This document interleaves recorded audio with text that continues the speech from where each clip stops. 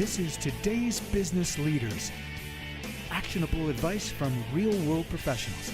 And now here's your host, Gabe Arnold.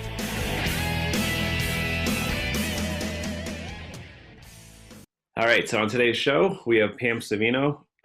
She is the founder and owner of Live Authentically, which is a life coaching business, and even more beyond that. You guys are all going to see her on the international speaking stage in the next year or two here. But welcome to the show, Pam. Thanks, Dave. Thanks so much for having me. It's quite an honor. Awesome. So where I always start, and we'll start here with you too, is when did you first realize that you wanted to be an entrepreneur? Well, I feel like I've always had long-standing thoughts, kind of fleeting thoughts of different entrepreneurial ideas, but I wasn't quite sure in which direction I would take it. And it really wasn't until I experienced some things in my personal life where I felt very empowered and untethered and liberated, and felt like I was really starting to step into who I was and what I was called to do.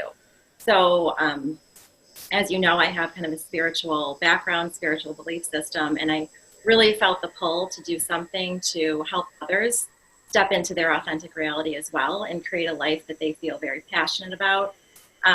Just through various life experiences, talking to other people, I feel like so many people are just kind of going through the motions. You know, they're on that hamster wheel, just kind of unconsciously getting up, working hard, dropping like a rock at the end of the day, getting up the next day, doing it all over again.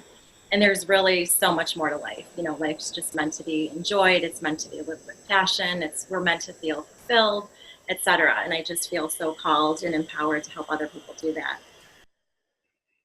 Yeah, and I just realized as you were saying this, I know this is a dumb point in our relationship to realize this, but I realize why I really like working with you as a life coach, because I generally just don't even talk to life coaches.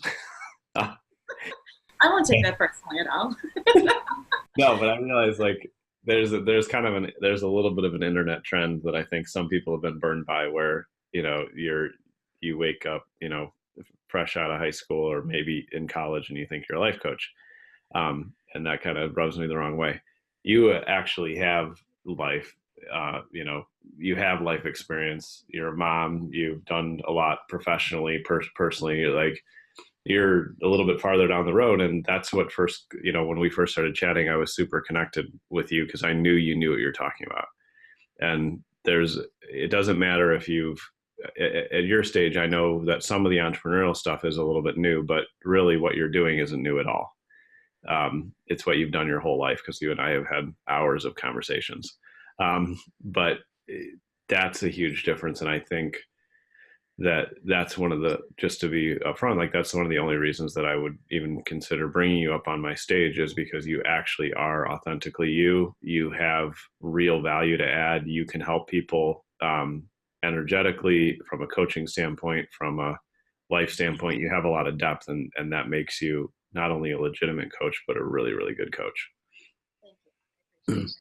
It's really, this hasn't been a linear path. I didn't go from where I was 20 years ago to where I am now. There's been a lot of introspection, self-discovery, self-awareness. I've spent years doing my, quote unquote work, and it's all about how do we use those life experiences?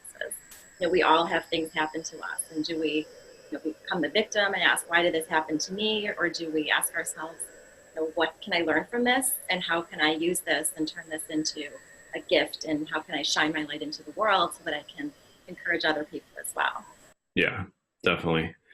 And I know you have a lot to share on that front, and we have a lot of fun things coming out that people are going to see over the next month or two. But if you could just choose something that you feel right now is the right one to share, could you share one of those stories where in most cases, or maybe in the beginning, you felt like it was just going to be a shit show and a horrible experience, but you were able to step back, kind of be more in the moment and figure out, oh, I can craft this in a way that's positive, or this doesn't have to be what everybody else tells me it has to be. Can you share one of your experiences there?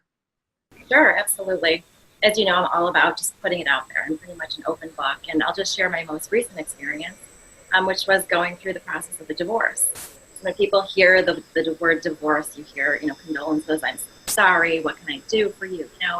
And the reality is divorce doesn't need to look like what it used to be, what society conditions us to think divorce is.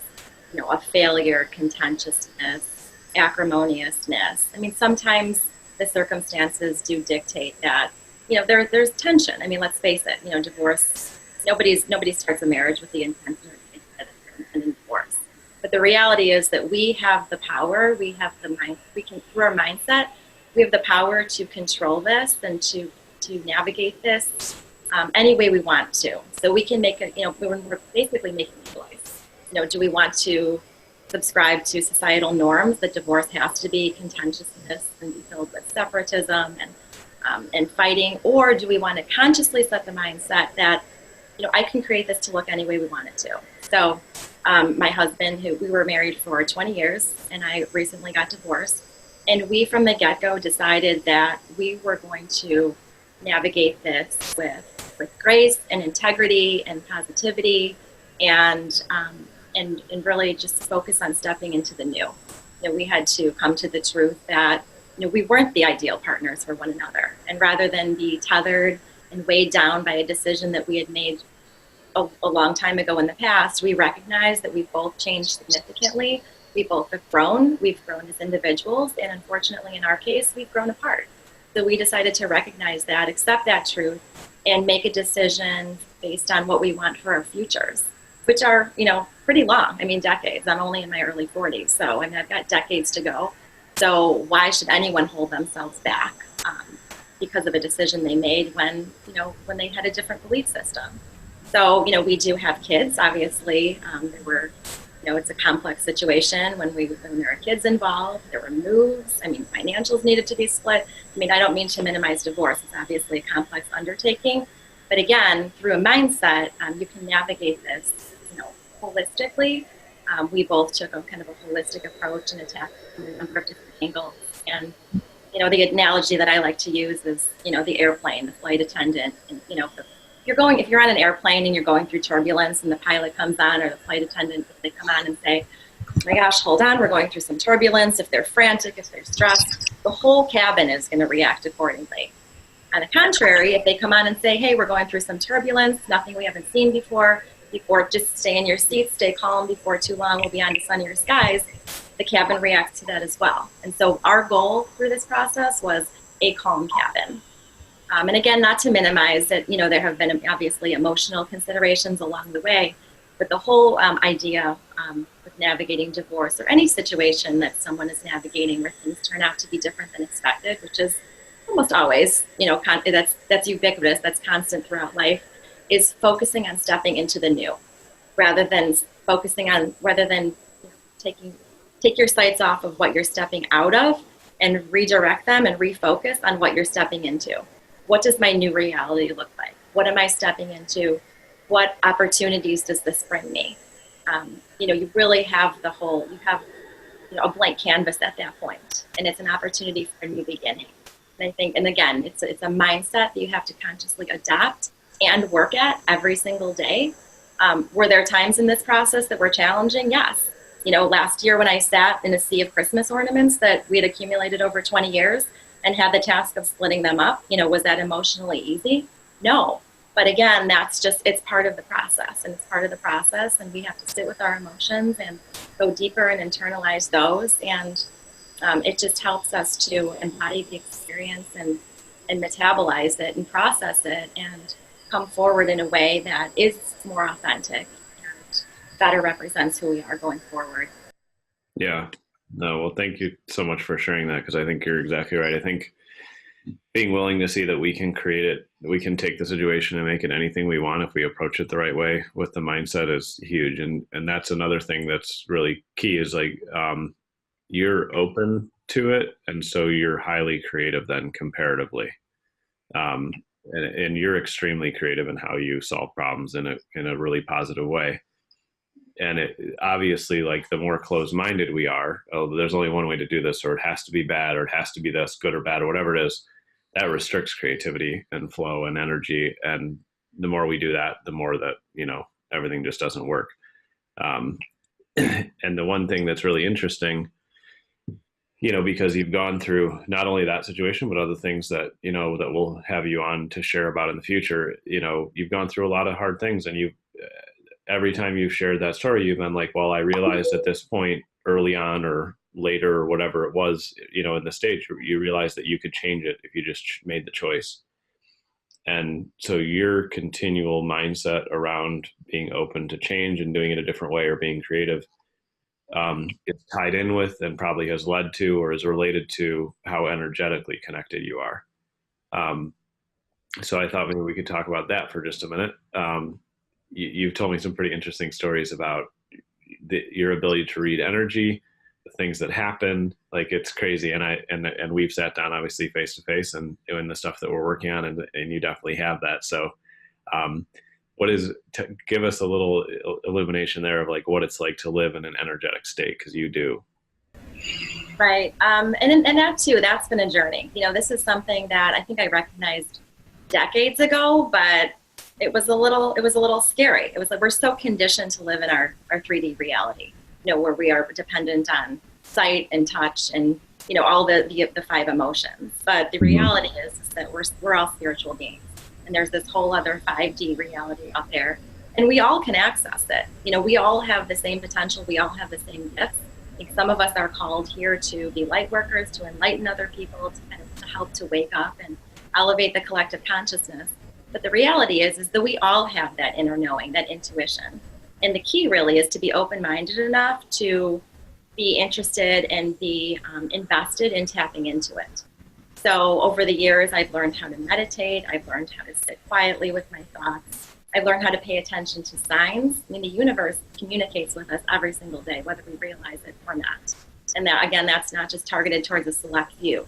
Pay attention to songs, pay attention to lyrics, pay attention to license plates, pay attention to numbers. It's just all about becoming more aware. It's about heightening your awareness. I have had longstanding dreams, premonitions, and at first it was a little scary to dabble in that realm, but now it's just completely empowered me. It's made me realize that we all can draw directly from this, this source energy. It's available to all of us, and it's just, it's free and it's unlimited. So why would we not invest in something like that? And the more you do it, it's like anything else. It's practice, right? The more you do it, the better you get at it. And it's right. It's like I rely on it now. It has allowed me to become the observer in my reality. I used to spend so many years trying to control. I'm a Virgo, control freak. Very detail oriented. I'm just going to plan out my life and just kind of watch it go as planned. Right? The universe heard that. Got news for you, sweetheart. Your life isn't going to go like this. So it's just about learning to sit back, set your intentions. I've done a lot in the way of manifesting. Visualizing is incredibly powerful. People don't realize how incredibly powerful our thoughts are. I mean, our thoughts literally become things in due time, according to not our plan, but the plan of the universe. Everything is already, it's meticulously unfolding in a divinely orchestrated manner. So we need to be careful what we think. We need to choose our thoughts very, very carefully because they can be used to our disadvantage or our advantage. And once we embody the belief or the knowing, the deep knowingness or the fact that thoughts have frequency, we can learn to create our reality to be any way we want it to be. And it really is quite fascinating. It's quite fascinating to start with a thought and put the intention out there in the universe and then just release control. I mean, it's allowed me to move over to the passenger seat. Again, like I said, for years, I tried to drive. I tried to control, drive. And life is just so much more beautiful and sweet if we just shift over to the passenger seat. Then we get to enjoy the views along the way, right? Then we become the observer and just take in the scenery and look at the mountains and, look at the ocean. But when we're trying to control, we don't enjoy the journey when we're driving. We don't get to take in all the sights. And that's what life is. It's just a journey. So I've learned to just take all the experiences as they come, positive, negative, and embody them and ask myself, why did this happen to me? Every single interaction that we have with humans, every relationship is really meant to magnify and intensify human emotions. And it's meant to, if we use it in the right way, help us heighten our own state of awareness so that we can come into better alignment with who we are. And the more authentic we all are, the more real we are with ourselves, the more honest we are with ourselves and each other, the more everybody benefits. right? I mean, if we're happy, it's all tied into happiness. All these concepts that I talk about, that we've talked about over the months, are all tied in together, right? Happiness, growth, alignment. It's the happier we are. And it's a feeling. It's really, I've learned to kind of anchor on that feeling. And that's something that, again, you have to be in tune to. You have to sit down and know what it feels like, feel amazing. And, I work at that every day too. It's a holistic approach through health and wellness, through spirituality, but it's a feeling. And at this point, I pretty much refuse to feel any other way. I can feel when I start to get out of that alignment, and I know what I need to do to kind of recalibrate myself. Yeah. You're totally right. And it's like, the more you let go of control, and then the more you realize you can manifest things through what you focus on and what you think on. It's crazy.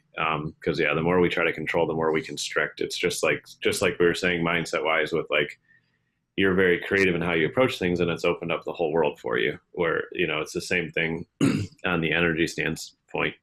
So I have a couple more questions about that. For anybody watching that is struggling with like embracing that open mindset and just stepping back and letting go to let the universe kind of do your things, what would be your advice to them if they've thought, oh, that sounds like I should do that, but I'm not, like, I can't figure it out, or I try and I just get stuck? Like what's kind of the steps that you would take, to start that journey? Mm-hmm. Well, that's a pretty common initial reaction, because, we're dabbling in kind of a more of an esoteric or metaphysical realm. I think without the proper guidance, people don't quite know how to tap in, or how to embrace it, or how to continue along that path. Mm-hmm. I would say I learn a lot of what I know through just reading. Just reading on the internet. I would just Google various topics, and I've been reading quite a bit over the last few years. A lot. I would also suggest getting in touch with people, or other like meetups, or groups of people who share the same belief system, or at least have a belief system similar to what belief system you're targeting. Because I have a religious background. I grew up in a Catholic household. We went to church every Sunday. So I grew up with that, like, Catholic indoctrination, and it was only through my life experiences. Quite frankly, my whole spiritual journey really started in turbo mode back in 2005, when I lost a baby in the 3rd trimester. That totally knocked me, threw me for a loop. It caused me to question everything that I've ever known.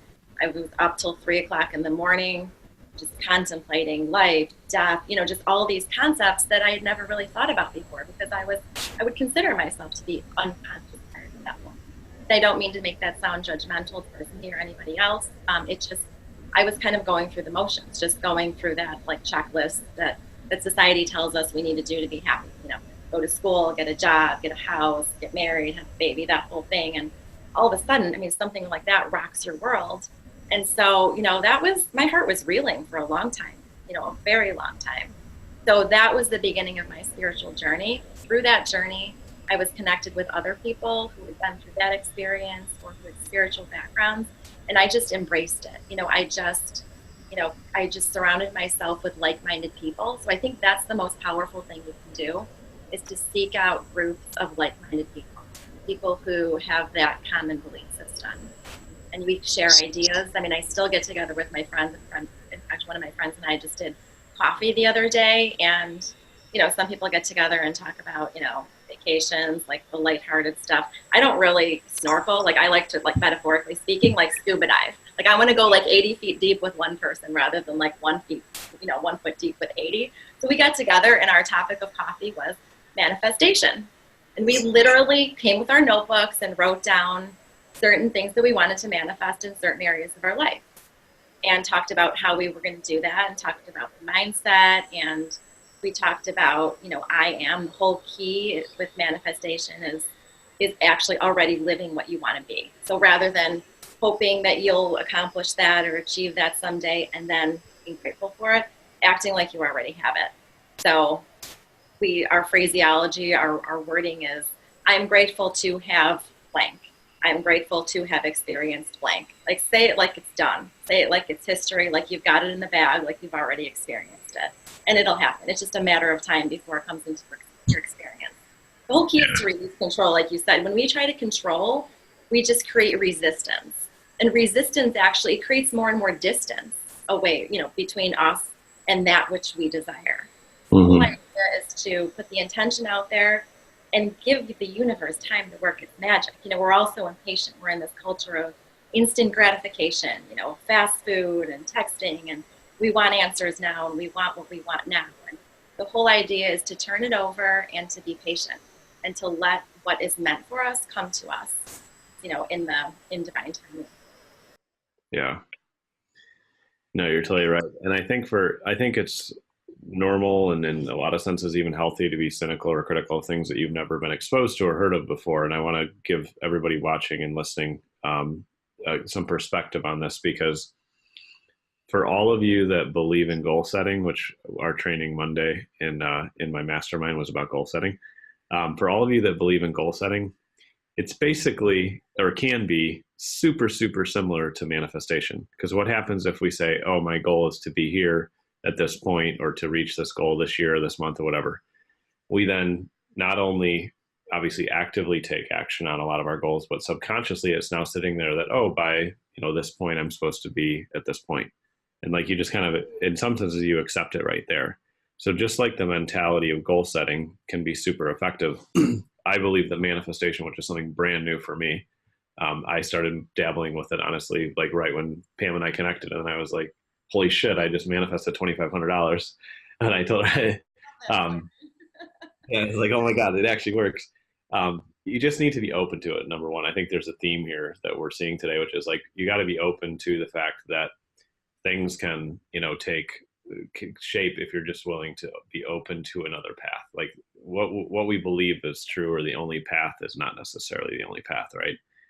So I would encourage everybody to, number one, be open to that. And then number two, definitely connect with Pam if you're interested in learning, more about any of this mindset stuff. Because like I said, honestly, she's one of the most well-rounded people when it comes to coaching and life experience, and somebody who just truly does want to go deep and help people move forward on multiple different things. I mean, you're just a really talented individual that I'm very thankful that, the universe brought us together, and John, who, cheers to John, of course. And, it's been a really good experience. So we'll do two things here to kind of wrap up our time.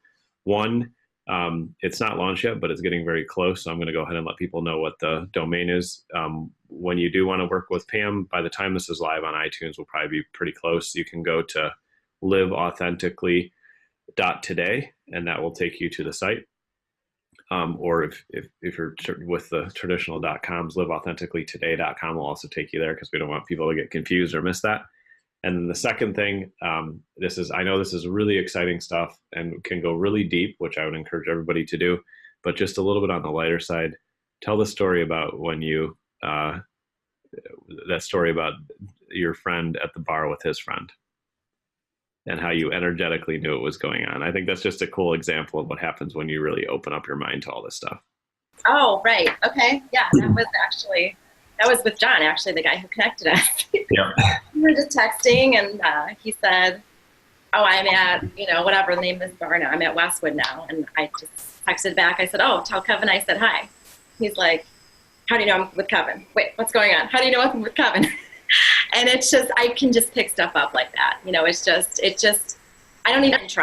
It just literally comes to me through my spirit. And like I said, anyone can do this. I just want to stress that. If we're open-minded enough, we can just pick up just about anything. And it just really does open up a whole new world of possibilities. Yeah. And you've never met Kevin. You didn't know they were friends. You don't even know who that person is. It just came out of you, right? No, I've never. He mentioned his name like once or twice, but no idea. So and it freaks people out. That's what I said. You have to it's a wild ride. It's not for the faint of heart. Yeah. Fasten your seatbelt. Might need like a 5-point harness in the beginning, because it's a wild ride. But it's also the most amazing journey. I always say, like, the journey from your head to your heart is the most amazing journey you'll ever take. It's all about tapping into that inner knowing, that knowingness that we all have, that intuition. Some of the best decisions I've made have been the heart-centered decisions. What feels right. I've tried to apply logic and analysis, and whenever I get in my head, I overthink things. I overthink things, and I usually end up making the wrong decision, I have to say. So it's all about just getting in tune with what your gut tells you. I always say, like, my gut is telling me yes, my gut is telling me no, and I go with it. I actually I took a little survey of 3 of my close, super smart entrepreneurial guy friends on something, and I was 0 for 3 on getting the green light from them, and I went ahead and did it anyways because it felt right to me. And so I'm like, let me show you how this is done. So it just energetically felt like it was in alignment with what I needed to do. Yeah. So I did it, and we'll just watch it play out over the next couple of years. That's awesome. Manifest. We'll see the path illuminate just like that. It's crazy how well that works when you just, like you said, are open to it and are willing to step into a new space. So very cool. Well, thank you so much for being on today, Pam. And we will definitely have you back soon. And it looks like there's some questions in the comments there that you'll be able to grab afterward. But thanks again for sharing everything with us today. Okay. Thank you, Gabe. Bye. You've been listening to Today's Business Leaders with Gabe Arnold. Remember to subscribe on iTunes. For more information, visit todaysbusinessleaders.com.